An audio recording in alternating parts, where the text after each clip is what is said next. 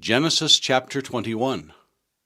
And the Lord visited Sarah as he had said, and the Lord did for Sarah as he had spoken. For Sarah conceived and bore Abraham a son in his old age, at the set time of which God had spoken to him. And Abraham called the name of his son who was born to him, whom Sarah bore to him, Isaac. Then Abraham circumcised his son Isaac when he was 8 days old, as God had commanded him. Now Abraham was 100 years old when his son Isaac was born to him. And Sarah said, God has made me laugh, and all who hear will laugh with me. She also said, Who would have said to Abraham that Sarah would nurse children? For I have borne him a son in his old age.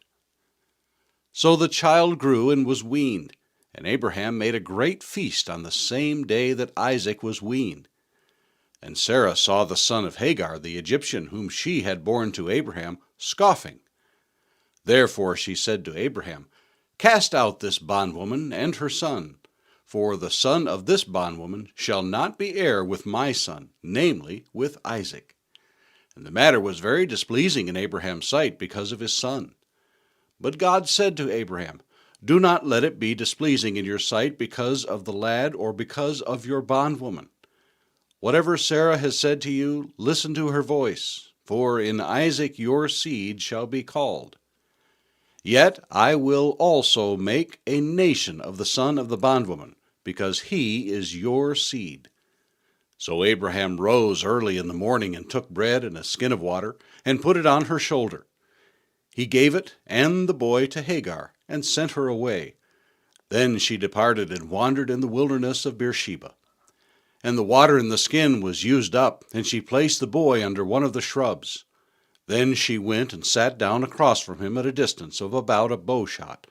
For she said to herself, Let me not see the death of the boy. So she sat opposite him, and lifted her voice and wept. And God heard the voice of the lad. Then the angel of God called to Hagar out of heaven, and said to her, What ails you, Hagar? Fear not, for God has heard the voice of the lad where he is. Arise, lift up the lad, and hold him with your hand, for I will make him a great nation. Then God opened her eyes, and she saw a well of water. And she went and filled the skin with water, and gave the lad a drink. So God was with the lad, and he grew and dwelt in the wilderness, and became an archer. He dwelt in the wilderness of Paran, and his mother took a wife for him from the land of Egypt. And it came to pass at that time that Abimelech and Phicol, the commander of his army, spoke to Abraham, saying, God is with you in all that you do. Now, therefore, swear to me by God that you will not deal falsely with me, with my offspring, or with my posterity, but that according to the kindness that I have done to you, you will do to me, and to the land in which you have dwelt. And Abraham said, I will swear. Then Abraham rebuked Abimelech because of the well of water which Abimelech's servants had seized. And Abimelech said, I do not know who has done this thing. You did not tell me, nor had I heard of it until today. So Abraham took sheep and oxen, and gave them to Abimelech, and the two of them made a covenant.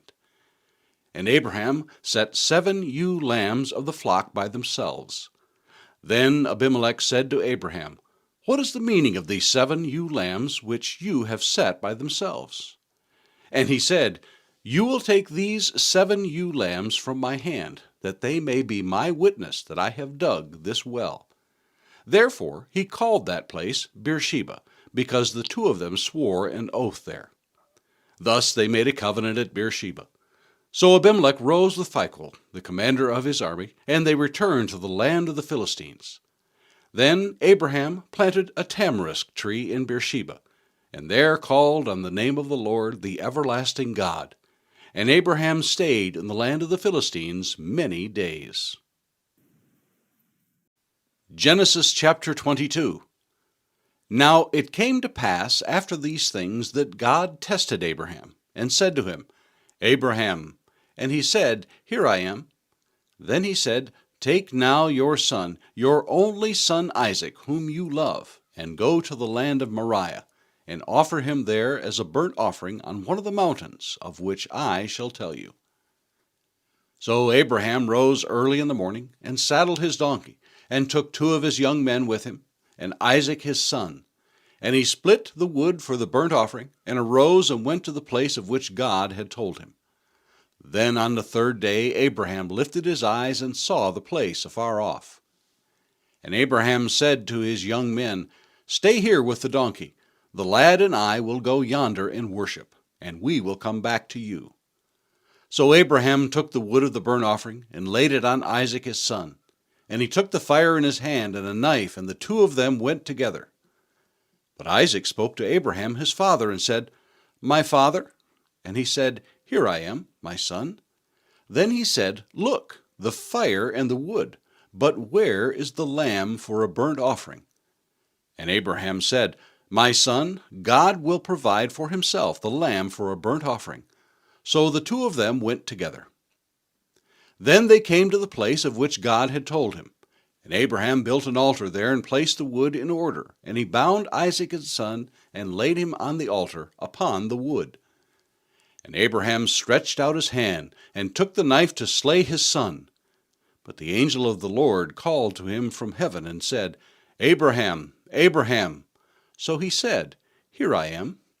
And he said, "Do not lay your hand on the lad, or do anything to him. For now I know that you fear God, since you have not withheld your son, your only son, from me." Then Abraham lifted his eyes and looked, and there behind him was a ram caught in a thicket by its horns. So Abraham went and took the ram, and offered it up for a burnt offering instead of his son. And Abraham called the name of the place, "The Lord will provide," as it is said to this day, "In the mount of the Lord it shall be provided." Then the angel of the Lord called to Abraham a second time out of heaven, and said, "By myself I have sworn, says the Lord, because you have done this thing, and have not withheld your son, your only son. Blessing I will bless you, and multiplying I will multiply your descendants as the stars of the heaven, and as the sand which is on the seashore. And your descendants shall possess the gate of their enemies. In your seed all the nations of the earth shall be blessed, because you have obeyed my voice." So Abraham returned to his young men, and they arose and went together to Beersheba. And Abraham dwelt at Beersheba. Now it came to pass after these things that it was told Abraham, saying, "Indeed, Milcah also has borne children to your brother Nahor: Huz his firstborn, Buz his brother, Kemuel the father of Aram, Chesed, Hazo, Pildash, Jidlaph, and Bethuel. And Bethuel begot Rebekah. These 8 Milcah bore to Nahor, Abraham's brother. His concubine, whose name was Rumah, also bore Tebah, Gaham, Thahash, and Maacah. Genesis 23. Sarah lived 127 years. These were the years of the life of Sarah. So Sarah died at Kiriath Arba, that is, Hebron, in the land of Canaan. And Abraham came to mourn for Sarah, and to weep for her. Then Abraham stood up from before his dead, and spoke to the sons of Heth, saying, "I am a foreigner and a visitor among you. Give me property for a burial place among you, that I may bury my dead out of my sight." And the sons of Heth answered Abraham, saying to him, "Hear us, my lord. You are a mighty prince among us. Bury your dead in the choicest of our burial places. None of us will withhold from you his burial place, that you may bury your dead." Then Abraham stood up and bowed himself to the people of the land, the sons of Heth. And he spoke with them, saying, "If it is your wish that I bury my dead out of my sight, hear me, and meet with Ephron, the son of Zohar, for me, that he may give me the cave of Machpelah, which he has, which is at the end of his field. Let him give it to me at the full price, as property for a burial place among you."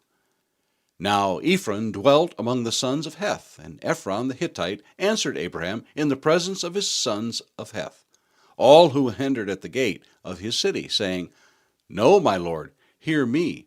I give you the field and the cave that is in it. I give it to you in the presence of the sons of my people. I give it to you. Bury your dead. Then Abraham bowed himself down before the people of the land. And he spoke to Ephron in the hearing of the people of the land, saying, If you will give it, please hear me. I will give you money for the field. Take it from me, and I will bury my dead there. And Ephron answered Abraham, saying to him, My lord, listen to me. The land is worth 400 shekels of silver. What is that between you and me? So bury your dead. And Abraham listened to Ephron, and Abraham weighed out the silver for Ephron, which he had named in the hearing of the sons of Heth, 400 shekels of silver, currency of the merchants. So the field of Ephron, which was in Machpelah, which was before Mamre, the field, and the cave which was in it, and all the trees that were in the field, which were within all the surrounding borders, were deeded to Abraham as a possession in the presence of the sons of Heth, before all who went in at the gate of his city. And after this, Abraham buried Sarah his wife in the cave of the field of Machpelah, before Mamre, that is Hebron, in the land of Canaan. So the field and the cave that is in it were deeded to Abraham by the sons of Heth as property for a burial place.